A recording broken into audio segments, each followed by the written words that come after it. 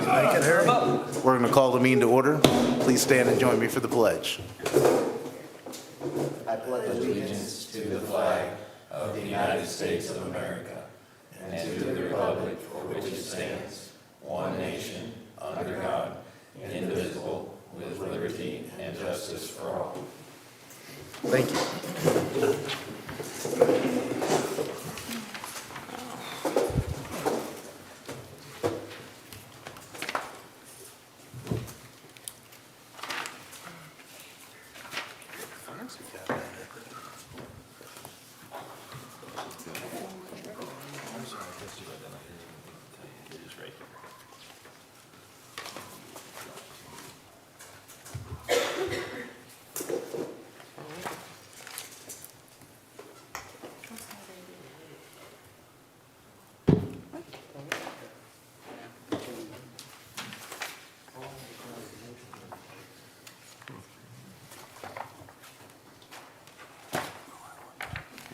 Somebody wake Brian up so we can start.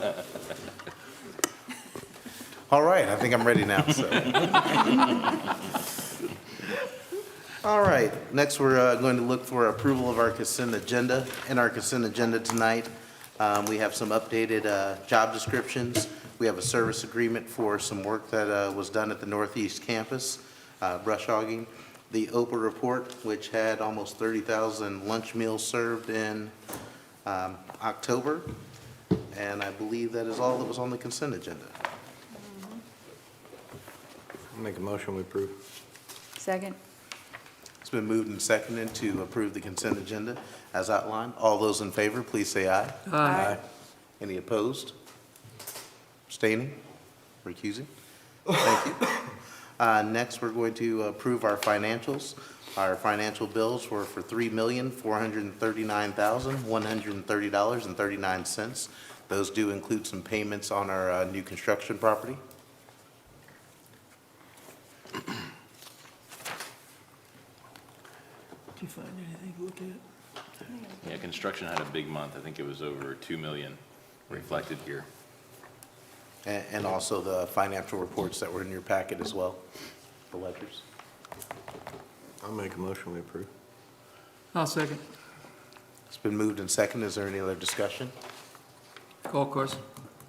All those in favor? No, Looks like there's some discussion. Yeah, well, I was getting that thing. wake Jack up. Caleb, were you gonna say something about those penalties? Yes, I will. Oh. And Mona, do we have it electronically on the, okay, I'll pull it up that way. So in the bills for the month, and I sent out an email late on this to recap for you guys, there is an IRS penalty reflected there, which came a little sooner than I thought, so I didn't give you as much of a head start as I wanted. It's pretty significant. Last year, when we lost our bookkeeper right at tax season in December, we went 3 months without a bookkeeper, and we used a third-party vendor to help us with payroll and everything tax-related. During that time, we learned an expensive lesson, which is that our district is big enough, it's based on how many students you have. You either have 24 hours or 3 days to pay your payroll taxes and report your payroll after you complete a pay run. So after you pay all your employees. Through that transition time, our third-party CPA firm that helped us, nor the prior bookkeeper, nor myself, any of us realized that Marshall was over that threshold, and they fined us about $7,000 a month for each time we made that mistake, which we didn't learn until months later. So I can't recall if in your financials it's 45 or 49,000, but that's the IRS assessed penalty to the district. We have discussed that and argued that and appealed that, and today we made a call to the CPA firm that worked with us and asked if they might pro bono try to work to defend it, but I think we need to go ahead and pay it to make sure we have no more penalties. We are paying it on time now. We're not getting assessed any further penalties, but it's a pretty expensive lesson. So that is in your financials if you have any questions. And I don't want to give you any false hope that we will get any relief by having a CPA help argue it for us. I was just speaking to another organization in town this week that's dealing with the same thing, and they agree that there's pretty much no leeway. It's almost like it's designed to catch you up, and I gotcha, and they got us for about $45K. So that's all I know to report on that. But ultimately, that's my mistake, and something I didn't know, but I certainly won't ever forget and know now, so. Our CPA firm also did not wish to help with any part of that fine or any part of remediation with that to date, so. We will keep arguing it, though, just not gonna hope to get it back for Christmas. Thank you. Call question again?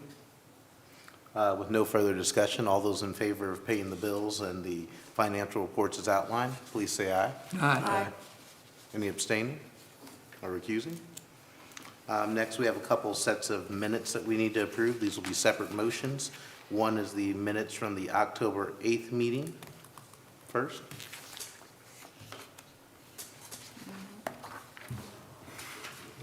That, of course, was our meeting in October, our normal meeting. Yeah. So moved. Second. It's been moved by Ms. Green and seconded by Mr. Carroll, I believe, at the end. Lentz? There's Oh, Jack. Jack. Okay. Couldn't hear that very well tonight. Is there any discussion about the minutes or corrections that anybody saw? Call question? All those in favor of approval of the October 8th minutes, please say aye. Aye. Aye. Any opposed or abstaining? Moving down to the October 29th work session that we had here at Butterfield with the board and superintendent, where we spoke through a variety of different topics to kind of outline our progress in our year and some practices going forward. So moved. Second. I second. It's been moved by Mr. Smith and seconded by Mrs. Green. All those in favor? Aye. Aye. Any opposed or abstaining? Next, we're going to adopt the agenda for the remainder of the meeting as written. So moved. Second? So moved and seconded. All those in favor of the agenda as printed and advertised, please say aye. Aye. Aye. Any opposed or abstaining? We will now wait for any public comments this evening. I see very little motion out of the crowd, so I will take this just for a moment to say that we did, as a majority of the board last month, attend the mayor conference together, which is the Missouri Association of Rural Educators. So we were able to learn some various things and able to work with some various colleagues on some things in some smaller school districts down in the south. I learned a lot about K through 8 schools that I did not know about, and I'm glad we're not in some of those situations that some of the rural districts are in. Sometimes when we talk about our financial issues, we think that we're bad. It's a lot different when you get in a lot different communities, a lot more spread out communities. They're busing their size, their districts. So Mr. Lenz, Matt, Mr. Rinke, Mr. Pettit, Mrs. Staley, and myself were down at that conference. So, and if there's no other public comments, I will keep on moving down, and we will have Ms. Dillon of the Tom Butterfield Early Childhood Campus address us this evening. Welcome.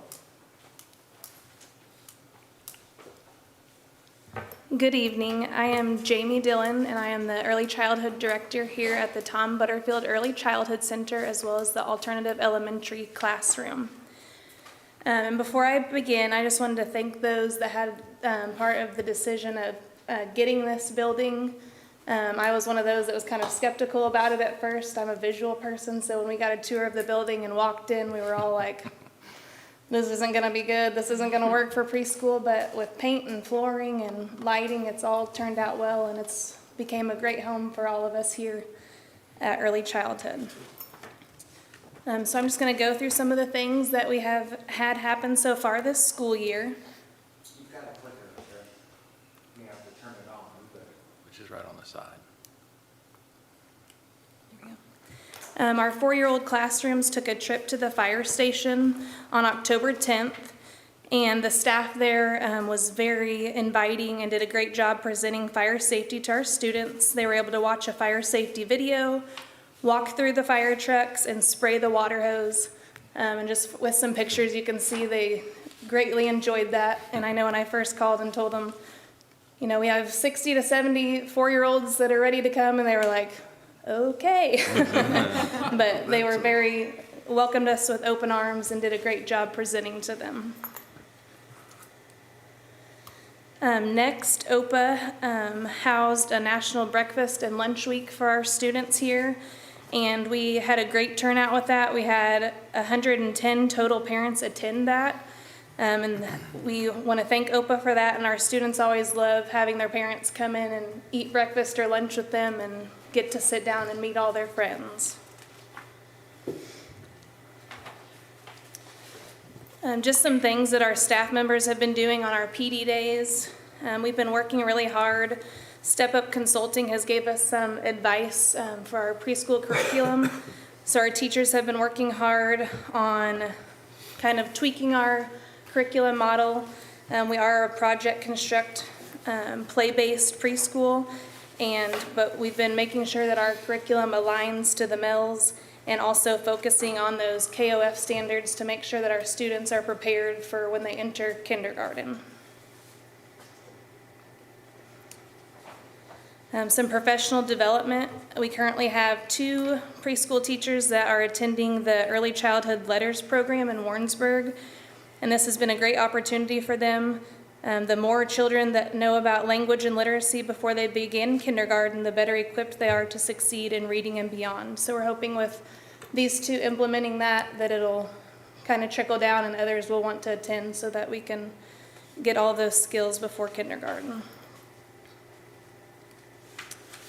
And then I added parents as teachers in here because they've been a big part of helping our program, and they deal with a lot of our families that we have here. They've had 2 really good turnouts so far with their parent events this year. They had a Bubbles and Balloons event that they housed out here by our gazebo outside, and I think for that they had 30-some families attend.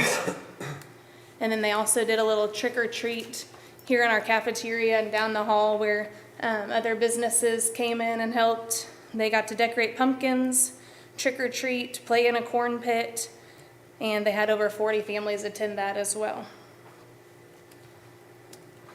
And then in our alternative elementary program, I just put some pictures here just to show that that classroom is ran very similar to a regular elementary classroom.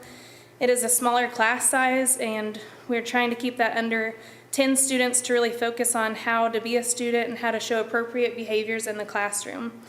These students have a lot of small group support, as we have 3 staff members currently in that classroom, and we have had a lot of success this year in transitioning them back to the regular education classroom setting at their ascending schools, and we hope that that continues.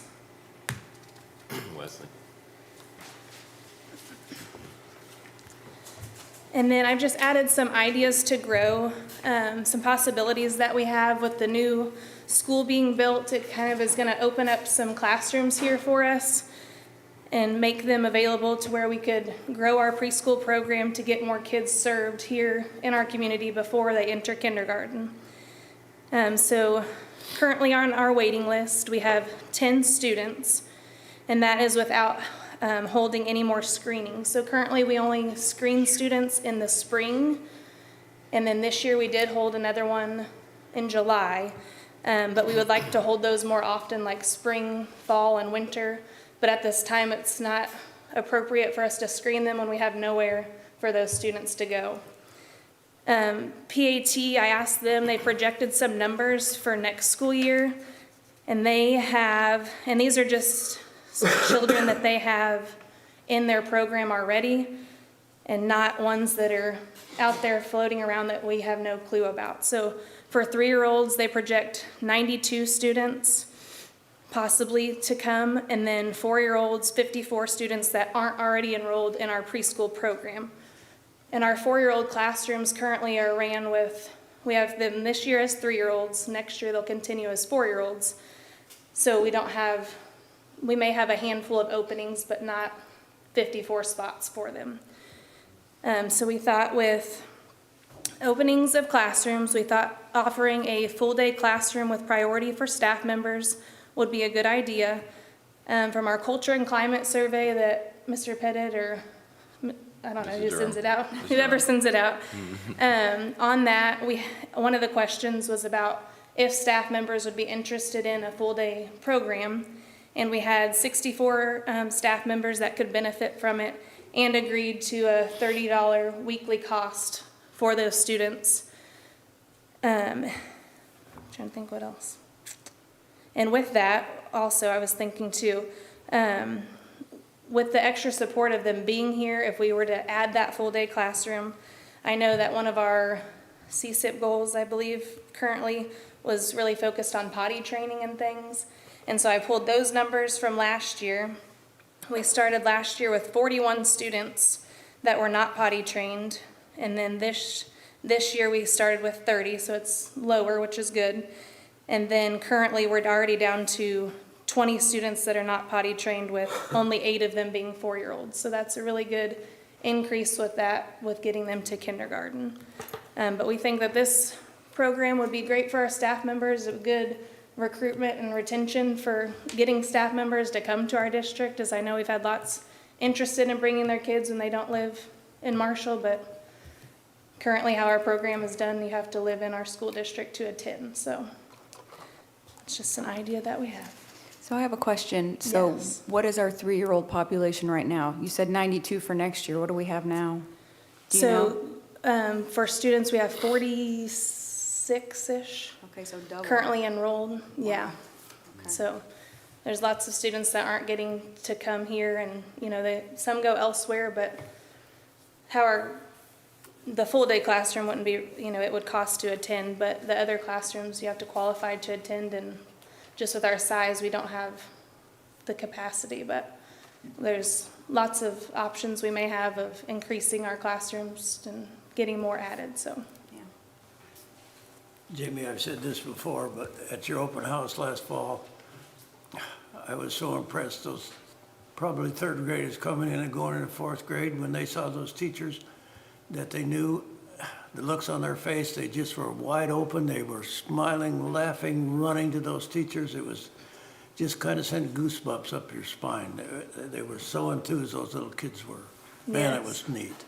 And I really do think we have a really good thing going here. I know the kindergarten teachers I've spoke to, they just rave over, they're like, we can tell kids that have came to your program, you know, they know how to sit at the carpet, stand in line, walk in the hall, carry their trays. Little things that don't seem like a lot to others, but at that age, just teaching them those basic skills is a really big deal.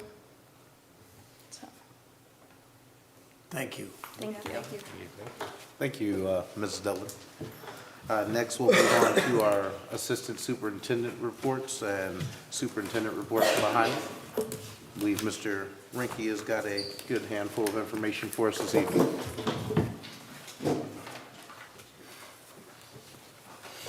Thank you, Jamie. Thank you. It's hard to believe we're almost halfway through November already of the school year, but before I start tonight, I definitely want to thank all of our administration, thank all of our teachers, all of our support staff. They've been doing an amazing job. You walk around the district, you see a lot of great things going on, and it's really something to be proud of. So just wanted to say thank you to everyone that puts in a lot of hard work. So.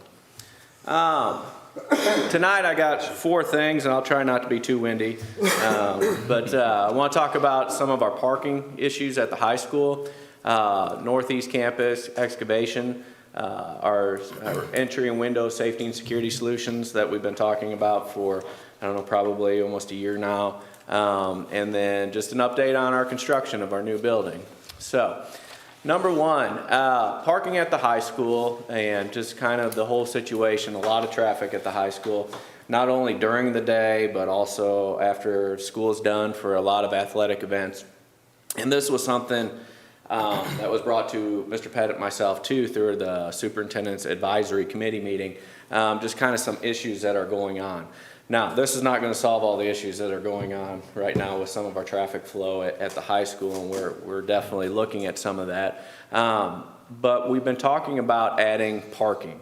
Number 1, during the day for our staff, because if we could get the staff out of the high school parking lot now. I think it will take some pressure off of that during the day. And then also just some different options for event parking. We do have issues, you know, especially Friday night football games. There's a lot of cars there, a lot of people come, you know, parking on the street, parking across the street, and it causes issues. So starting to look at that, and I'm not asking for decisions tonight, I'm just kind of letting the board know, letting the community know, start working with the high school to do some different options and kind of come back and see what exactly is feasible. Some of the things we were talking about is number one, you can see my red dots. Does this have a pointer on it, Wesley? Yep. So number one, this is the Circle Drive. We're talking about there is room in front of those trees or between the actual Circle Drive and the trees to extend this and pour curbing around here, and then we'd start with gravel to get it packed in and then come back later on and put asphalt. But you could diagonally or slant park cars there, and you could fit quite a few cars right here in that front area, which would take, you know, pressure off this lot. This little area right here, we could make that into a parking lot and extend this off. I'm not totally sure how that would look. And then we've talked about coming off the old central office building, the alternative school, and making some sort of parking situation there, putting some curbing in. Of course, this would all start with gravel, and then we would go ahead and then let that pack down. But so these are just some of the options we're thinking of. You know, we're really open to suggestions right now. We'll work with the high school administration, but I think it's time to really start thinking about adding this parking to pull some of the pressure off. So in the next month or two, I'm going to go and I'm going to do some research and get with some contractors and kind of bring you all back some cost estimates to see which one is going to cost what and, you know, what we could do financially. So does anybody have any questions on that? All right. I do, I have a quick question, sorry. Yeah. And you may have answered this before, but I know at some point we talked about maybe just completely getting a whole new parking lot for the high school, maybe in the next few years or something. So all this would just kind of happen simultaneously, or? you do Well, this? we do, I mean, the original parking lot here, it's in pretty bad shape. Yeah. So we cannot afford to replace that all at once. Right. So we are working on, we're gonna just start chunking that up. Oh, I see. You know, taking a chunk here, chunk here, chunk here, probably starting with the front of the near the front of the high school, and then working back. Would it happen simultaneously? Probably not. I mean, it kind of depends on the timing. I think they're gonna be two separate projects, is what I'm saying. Now, could we make it work where they overrun each other? Possibly, but I think we're, you know, looking at the budget and stuff, we're just gonna have to strategically plan how we do it, so. Okay, thank you. Yep. Okay, number two, we've been talking about this for a while. The district decided not to purchase its own bulldozer. So we went out and we do want to definitely take care of the Northeast campus. There's some work to do out there. It's not showing up real well here, but if you can see the purplish areas here, that is some of the work we want done. And basically, in all these fingers, this is 240 right here, and then this is where Spainhauer is, this is where the new building is. But all this land, we don't want that to start just getting out of control and then, you know, being an eyesore. So these fingers, we went out to some local contractors, basically got some bids from four local contractors gave us bids. And then this is where the baseball field is, and we want to get some work done there because the whole purpose is to start getting that baseball field back in to be utilized. And it is overgrown a lot of places back there. So we took the contractors out, gave them around, and they ended up we got 4 bids back. Haynes Excavating, H Squared Excavating, Maupin Construction, and Waters and Sons all gave us bids. This is going to be an action item tonight. I'm going to recommend that we accept the lowest bid. from Haynes Excavating for $33,552. I have talked to, I've talked to all of them, but Haynes, I have talked to his timeline, and he said we can get this done before March, when we need to come back and start seeding and everything else before the springtime. So that is what I will recommend tonight, on your action item. Does anybody have any questions on that? Everybody good? Okay. So moving on, we've been talking about this, and Greg Woodring wanted to be here. I think he's still in wrestling practice, so he has been a great help in researching and us working through this together. So window and entry safety and security solutions. When we passed the levy, this was one of the things that we were wanting to do, and we told the public that we were going to take some of that money and designate it for school safety and security. And that's what we are doing here. So originally, for the window and doorway safety films and solutions, we had $500,000 budgeted. We originally went and we took a bid, if you guys remember last May, and that bid fell through. They didn't want to, I guess, play by the terms of the school district. So we moved on from that. We went back out, called several different companies to come in, had tours of the district, and we ended up having, I think we had 11 bids come in from 4 different companies. And then that's really, really small, so I apologize. But the 4 different companies were MGT Films out of Wakanda, Illinois, NGS Films from Canton, Georgia, and then we had Safe Haven Defense out of Phoenix, Arizona, and then Armor View out of Fayetteville, Arkansas. Now, they all brought great options, and this price range goes from $227,000 all the way up to the highest range was about $650,000.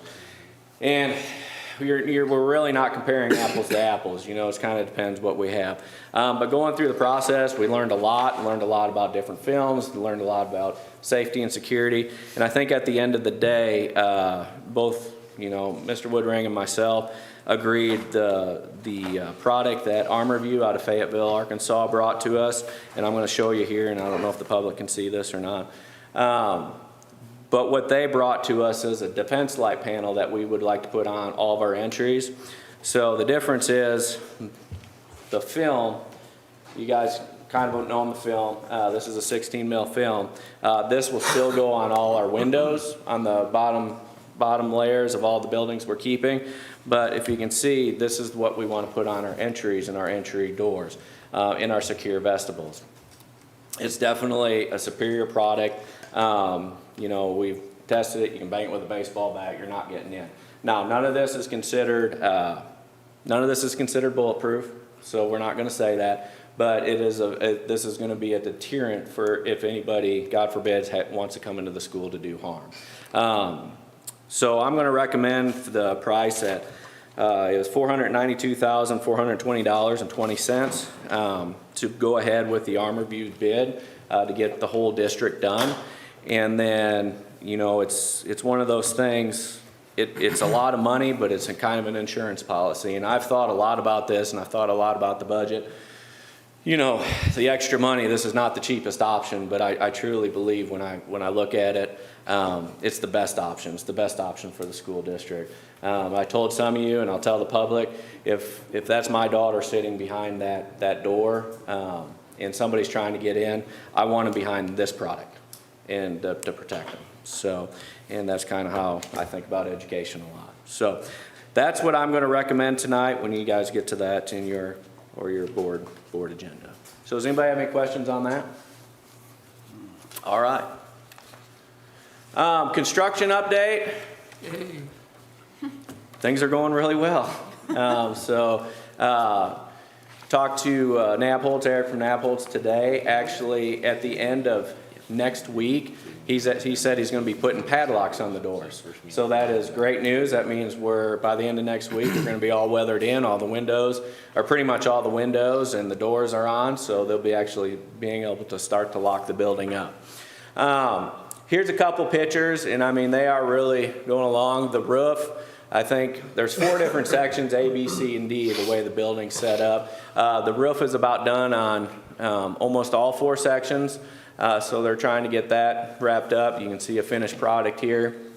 The windows, when this picture wasn't taken, they weren't all in, but the windows are basically going in, like I said. It's really neat to see some of the walls come together, and they're starting to put drywall up. You can really, it's really starting to look like a building and look like a school, so it's very exciting. I wanted to say right here, Napoltz is very proud of this. We actually went and attended a lunch here, so we actually had the first lunch in the new cafeteria. That was a safety meeting, and so they are accident-free up to this point. So they did a little lunch for all the subcontractors, which was fun and exciting, and we got to talk to some of the guys and building it. So that was kind of a fun area. So that will actually be the cafeteria when everything's done. So things are going really well right now. And Napoltz, we decided they will come back in January to give a fuller report. I think it was January, right, Mr. Pettit? After the first of the year. And then, so if you guys have any questions between now and then, you can call me, or we'll find out. So, all right. Does anybody have anything on any of that? I asked him, David, how many people would be working in there after they get it closed in. He said there'd be 60 to 70 people working in that building all winter long. Yeah. He's been busting it to get heat turned on in there, so apparently so that'll be good. Yeah, last time I was in, I froze. All right, thank you very much. Thank you. We'll next have the superintendent report.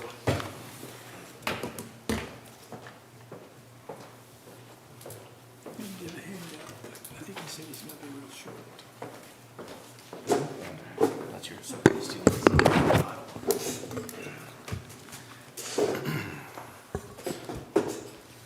As always, forgive me for sitting. I just know that everyone can hear me better if I am by this microphone, which is a lot closer.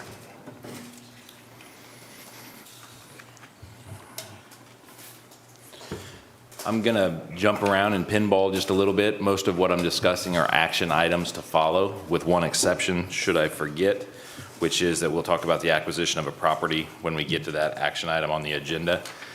Before I get going, though, I want to thank Mrs. Dillon for her presentation about our Early Childhood Center. She's doing a fantastic job running the Early Childhood Center. I know that her teachers all appreciate her leadership, and I do too. I also want to thank our SAC committee, our Superintendent's Advisory Committee. We had a really great meeting here recently. I think that was on November the 4th, and they just brought forward great constructive criticism of things like the parking at the high school. And I just think it's really great when you can work together and be kind of a work family, if you will, and I'm appreciative of all of those folks too. Benton and Northwest Elementaries are the first topic of discussion tonight. I want to invite our community to join us for a forum at each of those locations. I will mention this again next month and not take any guesses on which building is which night, because right now I can't recall and I didn't write it. But the 15th at 6 p.m. and the 16th at 6 p.m., we will invite the community into each of those locations for about 1 hour. We will ask them to take a survey, which gives us some feedback on what their intentions and hopes are for those buildings. And then I'll bring that back to you all in a report in February as we make our decisions in the spring, what's going to happen to those locations. Benton will be the 15th, and the 16th will be Northwest. Thank you. Benton on the 15th, Northwest on the 16th.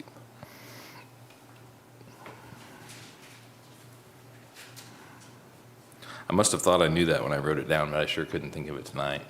I know that's a little small for you guys to read. Just in short, there's going to be movement involved with opening this new school. It's exciting, and there's also a lot of things to worry about, think about, and plan for. But before we start talking about the movement of not just physical things, I'm excited to publicly say what we decided last month in closed session as a board. Congratulations to our administrators that we went ahead and officially made some movement on. Mrs. Gaskell, who's currently leading Northwest 5th grade center, will be going to the high school and joining their administrative staff there. Ms. Hyman will be leaving Eastwood and going to lead our new intermediate school. And Fallon Bossler will be leaving the middle school and going to the new intermediate school to be the assistant principal. I think those are great administrators. We have a great team of administrators, and it's exciting to start nailing down these plans. Tonight in closed session, we're going to do some more staff transfers, pretty much all things that probably everyone knows, but just making it official. Our teaching staff in all of those locations will be officially transferring to the new building as well. And there will be a few folks that we don't know yet. We're going to find a spot for them, of course. That's been a goal of ours since the onset of this project, a new school. But there will be a few people we're just waiting on, be it some custodial, nursing staff, et cetera. We don't know how all that will shake out.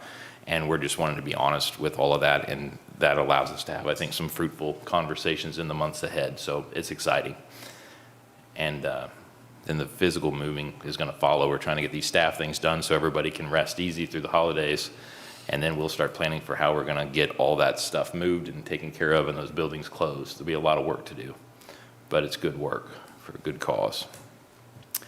I want to say to you all, I don't always put this out there, and in some recent feedback from staff, it was brought to my attention they aren't always aware of what's going on with our CSIP, our Comprehensive School Improvement Plan.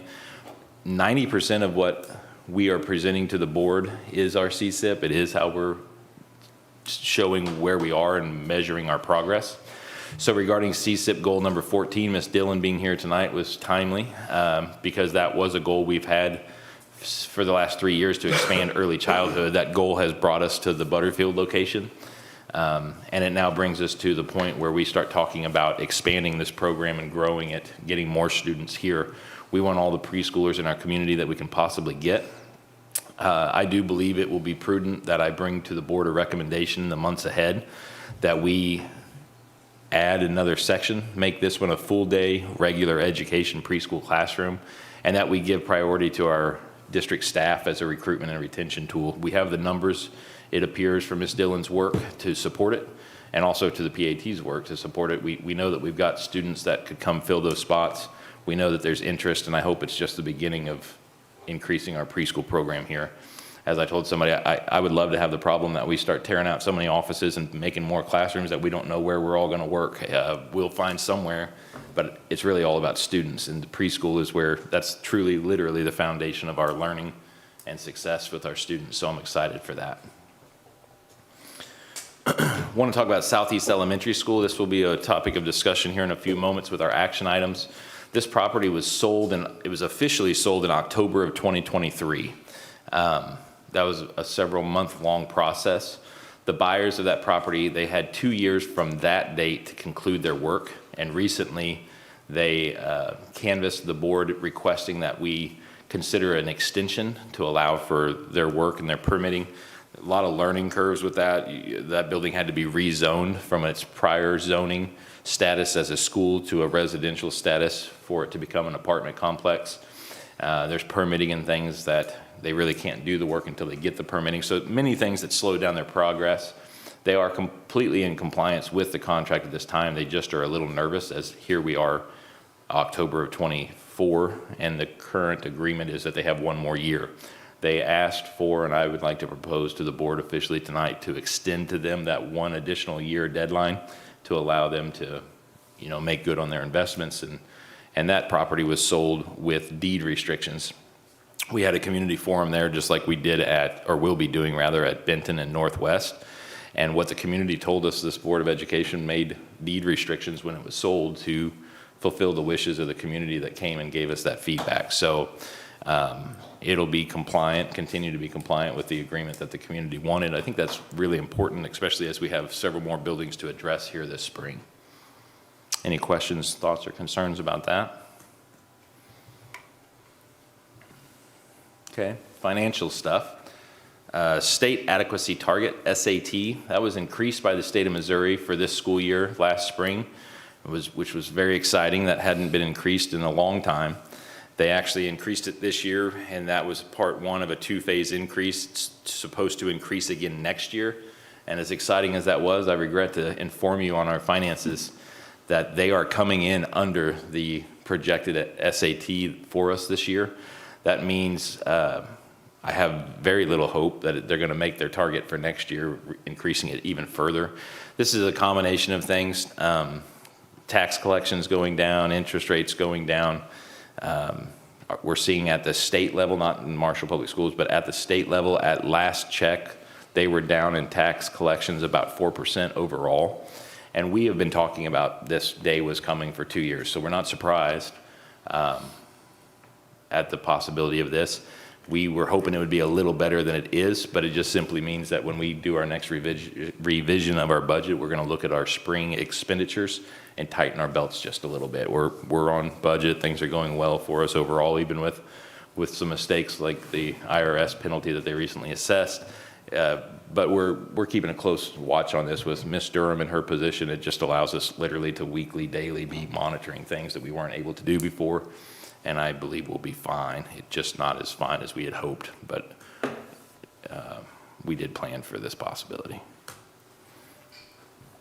If there's no questions about any of that, I'm going to jump right into street expansion at Spainhauer, or the Northeast Campus. We had hopes and wishes and discussions about Lincoln Street right there at Northeast Campus, where parents come down and turn in to go to Spainhauer. We've talked to the city about could we expand that, put in a turning lane, which would be ideal, no question. We met with the city today to get into the brass tacks of what they discovered. And what we've discovered is that, and if you've driven by there recently, you've seen a lot of location flags out by the street. Bless you, ma'am. And they're saying that there's at least $250,000 worth of costs associated with moving the buried utilities, if MMU would even approve doing so. So that was the first thing. Today our discussion was, well, then if we move the utilities, what would the paving, concrete, et cetera, cost on top of that? They said, you know, to some extent arbitrarily, we're not exactly with the calculator and getting precise, but easily another $250,000. It's just simply, I believe, too expensive to do that. So we turned our attention in our conversation today, well, if we can't do that, what can we do? And it is my recommendation that instead we focus on pedestrian crosswalks at Slater and State Street. I think our families are very familiar with us talking about Slater, which is the name of the street that comes onto the Spainhauer campus. They're soon going to start becoming more familiar with State Street. It sets up just like Slater does coming onto Spainhauer campus. That is the street right across Lincoln from the access to the new school. A lot of people don't realize that construction lane is not temporary, that's permanent, and that building will have its own point of access. So we talked a lot about where could we put sidewalks there to make pedestrian crossing safer. And for the neighborhood across the street, a change that's coming is grades 3, 4, and 5 that live right across the street. They're currently potentially qualified, not necessarily, but potentially qualified to ride a bus. They absolutely won't be outside of a mile whenever the new school opens. So there's going to be, I anticipate, a lot of foot traffic coming through those two intersections onto the school property. So we talked about sidewalks, and the city is willing to help with ADA compliance for a crosswalk, as well as to reduce the speed limit through that location. I'm going to show you a visual of what we're talking about, and that is two pictures that look like they're one. So adjust your eyes, and we'll look to the top of the screen. The top is a map of Northeast Campus, and you can see some yellow squiggly highlighted areas. The one down towards the bottom or middle of the screen, that is Slater Street, and those two yellow squares indicate where the city is talking about adding an ADA compliant, I call it like a bell sidewalk there, and a crosswalk. And the other location up near the top of the screen would be the same thing over there at State Street. I know that you cannot see it, but then between the yellow squares on the school campus, right along Lincoln Street, we would propose that we put a sidewalk all along that street on our campus so that pedestrians can get from the neighborhood over onto our campus and have a sidewalk to walk to one location, which would be on Slater Street, and that sidewalk would go all the way to Spainhauer, and they'd of course have a crosswalk over to the new intermediate school. So the bottom picture, which doesn't look very good on a big screen as it did on a computer, but that shows an ADA compliant sidewalk where a wheelchair could come up onto that sidewalk. That's exactly what it would look like. The city felt like this was a very reasonable ask, that we could get painted crosswalks and these ADA compliant sidewalk entrances at those locations. And we believe our maintenance department, with equipment that we've invested with for them, can do 90% of the sidewalk work that we need to on our own campus. So those are our goals that we hope to accomplish at that campus to help lighten the burden of pedestrian traffic there. It is disappointing not to get the street. It's just a lot of money. Will we be putting crossing guards? We will need a crossing guard at each one of those intersections, which has been a big topic of discussion for us here lately. I think soon we're going to need to talk about trying to get crossing guards that would come work there basically for 30 minutes in the morning and 30 minutes in the afternoon. And maybe some of our community organizations looking to fundraise would be interested in doing some of that. I could see Jack out there with the Kiwanis helping us out. So it's not a long period of time that we need those crosswalks, but it's just huge. One of the other mornings here recently, there was an emergency vehicle had to come through. And it's just reassuring to have somebody that can just stop everybody and keep them safe when that happens. So talking about crosswalks, we're looking at Odell Street there in front of Beaker Middle School. Again, thanks to our SAC committee, we had a lot of great discussions about the hazards that we have at that location. And there's things we can do to reduce the risk, but frankly, anytime you have a school that's in the middle of a busy town like we have, it's never going to be ideal. But the city has already ordered some flashing signs that they're going to install there at Beaker in the vicinity of the crosswalk to help us just draw caution to it. They're also going to be reducing the speed limit through there to 15 miles per hour. Hopefully these two things will be happening before the end of the school year, but all that's kind of contingent on weather and time, of course. We get a bunch of snow, they're going to have other priorities, but they do have it. And we did a cost share with the city to get those here. And we're going to keep working with the city, and probably we need to start talking to MMU to see if we can add more street lights. There will always be, I think, a little kickback from what I understand from the city's guidance on this. So we're going to probably need to make some calls to MMU and see if we can just make it a little brighter there. A couple years ago, we had a staff member get hit by a car there.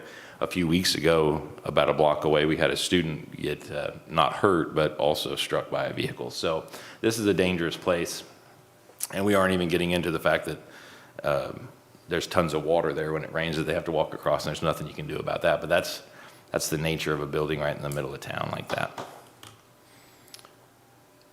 Last thing, I said it'd be random and I'd just pinball all over the place, and I am. Sub pay and sub shortages have been a big discussion with our teacher advisory committee. Currently, Marshall Public Schools pays $115 a day for a substitute teacher. Tell your friends. Everybody tell everybody's friends we pay $115 a day for a substitute teacher, but we need more. We don't have enough. We're going to probably have to look at how much we're paying and be more competitive in the future. Because when you don't have enough subs, it leads your teachers, paras, and principals to have to cover classrooms, and that's happening far too much. So for anybody who is interested or knows someone interested, they can go to our website, the district tab, and under the district tab, the human resources tab, and apply with an L. I see that I spelled that wrong, sorry. Or they can call central office and ask for human resources, but we need more substitute teachers. And that's going to be a topic of discussion for us. And that concludes my presentation for you all tonight. If you have no questions, my last item we'll discuss when we're making motions.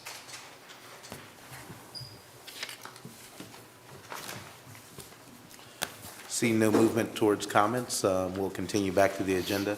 I think the SAC committee or the Student Advisory Committee, we all reviewed that. I've talked to every board member since Friday night at some point in time and reviewed the lengthy report. I just want to commend those that are working with Mr. Pettit on that and the buildings for bringing things together. One of the things you always can hear some complaints, I would say 75% of the things that came with were positive. And a lot of things that they came with were things that did need to be addressed, such as lighting, parking lot safety, or those things, and pay or sub things within their districts. So a lot of the board members were very complimentary of that process, and then of course the information that went out to the entire district very quickly thereafter. So moving down to new business, we were looking to approve our annual audit. that was presented to us by Girding, Cordy, and Chitwood. This was for fiscal year '24. I know I spoke with Mr. Carroll, and he said that he read every single page of it. So I will defer to this in the table if anyone has any discussions before we move towards a motion. I was pleased that it's getting better each time. And we're almost totally in compliance with the things that they're always trying to find wrong. And you get to the last page, you know, the paragraphs there. This was the fifth budget I've had to read through. But this is the best one I've seen in 5 years. The findings The are audit, definitely a lot yes. smaller than they Audit, yeah. were before, and the suggestions or remediations that they suggested were a lot shorter, less Yeah, than and the some thing I've they're seen. talking about are things that the superintendent's been addressing every meeting, you know, the cross-training and the double checking on things, and that's what they hit us on every time they do the audit. But we are getting things in place that are gonna, eventually it'll hopefully go away. I hope, I'm still on the board when it goes away, but we'll see what happens. One of the two items was segregation of duties, and Yeah, I, that's and I right. had questions for them when they were in district, and then I actually followed up with an email why we still have that. Yeah. And it goes back to like the IRS penalty. We did add a second bookkeeper. We have drafted and adopted an accounting manual, but we went 3 months without a bookkeeper last year, If so. both bookkeepers had been there, we might have saved $45,000. And it probably would have saved us that finding that we don't have enough segregation of duties. So we've got, Debbie Kaiser's joined us now. She's doing a phenomenal job. And I'm truly optimistic we will not have that finding next year. But, you know, turnover sometimes is high when you don't want it to be. And it's not a time in our society where hiring people is easy. So I do believe I'm gonna hold a good thought that we're gonna not have that anymore next year. Okay, my turn. I want to go back in history a little bit. Some of you remember when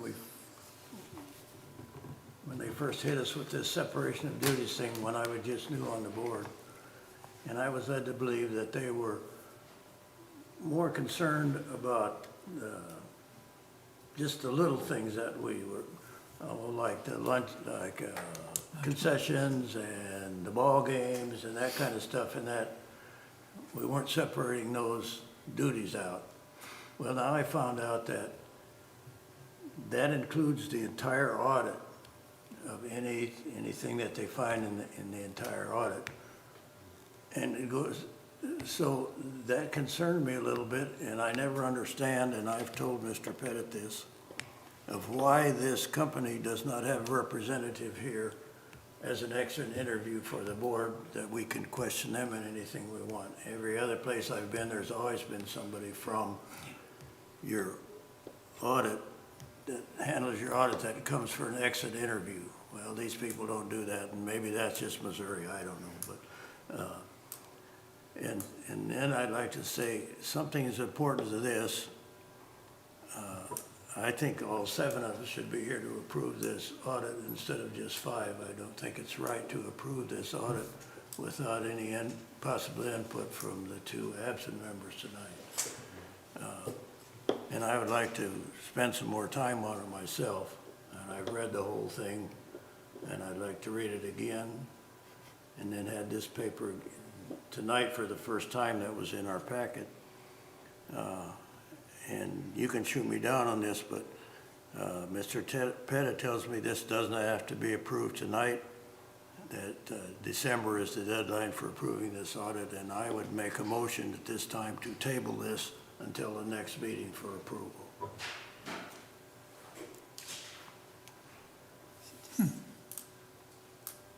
There's been a motion to table the audit at this time.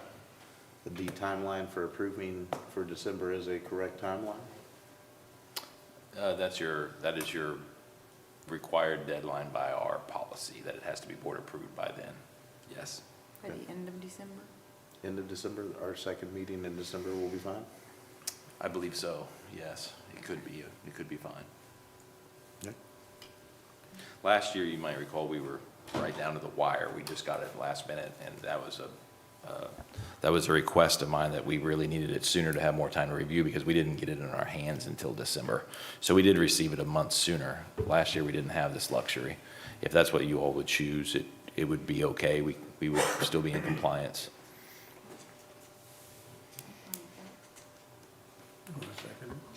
I'll second the motion to Yeah. table it till December, the December meeting. It's been moved by Mr. Lenz and seconded by Mrs. Green. Is there any other discussion? All those in favor of tabling the motion until December, please signify by saying aye. Aye. Aye as well. All those opposed? Aye. Okay. Make it unanimous. Anyone abstaining? It is just parliamentary procedure. It's going to be fine when we review it at a later date. This will give it a little bit more time, and possibly, Mr. Lenz, maybe we can send some correspondence off to the group to see if you can get some clarity on some of the questions that you may have from them. I remember, as you review I that. remember when we had that other audit, long time ago, and they came and we talked and talked and talked, and The audit that we paid for, that we Yeah, did the get audit the that we had paid explanations as for. well, are paid at a different rate, I guess. and than they just the found new all audit. these things that still wouldn't change stuff, and we talked to them for half an hour, and I just said, So at our December meeting, we will be bringing back the financial audit so that we can look to approve to close out the fiscal year at that particular time. Moving down to item 2, the purchase of the contract of 1304 East Highway WW Marshall. This is the property to the east of the building? Yes, that's All right. right. I knew it was this way. I was just making sure I was going to give the right direction when I said it. So this is the property that we did exercise our first right of refusal on, just so that we could have a little bit better clarity of the business that was going on closest to our youngest owls, our youngest students in the district, and to make sure that we had a hand in the future progression of that property on the side. I make a motion we approve. A second. It's been moved and seconded. Is there any other discussion on this property? 185 plus closing costs. The purchase price of that property will be $185,000 plus closing costs. All those in favor, please say aye. Aye. Any opposed or abstaining? Next, we need to, since we are going to move forward with the purchase completely of the property as discussed, we need to approve a board resolution regarding real property Appendix B. This is just allowing for the signature of the property and appointing of that to be done by myself, actually, as president. So I move, second. Second. it's been moved and seconded. Is there any other discussion about that? Mr. Smith actually signs this piece of paper for us. Call question? All those in favor, please say aye. Aye. Any opposed? Moving down next to the approval to extend the Southeast Elementary property contract. During our working session, we did meet with the Best Life Properties Group, listen to some of the issues that they've had. Of course, we knew the zoning issues for those of us that were here back in '23, where we postponed the completion of the sale for a little while at that point. And then listening to some of the issues they've had of working with the city to get some permitting to be able to finish their work. They have started work on that timeline. They've done some structural work to secure the roof, so there's no further damage going on at that point. They just need to work out some other details with the city and requested an extension. At that time, we talked and discussed that we would be willing as a board to look at a potential of a year discussion after they left that evening, and that is what Mr. Pettit spoke with us about this evening. So we need a motion to look at the extension of that contract. I move to delay the version of Southeast Elementary property contract. Second. It's been moved and seconded. We would be extending that out to October of '26 as far as the completion date, which would be 1 year past where we were already. All those in favor, please say aye. Aye. Aye. Any abstaining? Abstain. Are recusing. It's probably the better one that you'd like to have. So, all right. Moving down to approve the Northeast Campus Excavation Company. The bid that Mr. Rinke gave us for $33,552 from Haynes Excavating was the lower bid. They met our timelines, and that is the bid for recommendation, and we look to have a motion to accept that. I move we approve the Northeast Campus excavation bid from Hayes Excavating. Second. It's been moved and seconded. Are there any questions about that? All those in favor, please say aye. Aye. Any opposed? Abstaining or recusing? Moving down to look at approval of the Board of Education filing dates, which I'm getting handed right here. So our filing will begin December 10th, 2024 at 8 a.m. and it will end on New Year's Eve, the 31st at 5 p.m. It will be through the district's regular business hours, which are Monday through Friday, 7:30 to 4 p.m. And it goes on to say that the filing on the following holidays will, when the school district central office is closed, will be 12:30 December 20th through December 30th. So the last day to file is the 31st. This will be made public, of course. The office will be open on December 31st from 4 to 5, except for the first and last day of filing, it says, or other health-related reasons. If for some reason someone will be absent due to health or weather conditions, we will make sure that there is availability for those that wish to seek a position on the board at that time. So moved. Second. It's been moved by Ms. Green, seconded by Mr. Smith. All those in favor of approval of the filing deadlines and information as outlined? All right. Opposed? Or abstaining? I was just gonna say, you guys can spend some of my birthday with me from 4 to 5 p.m. on New Year's Eve.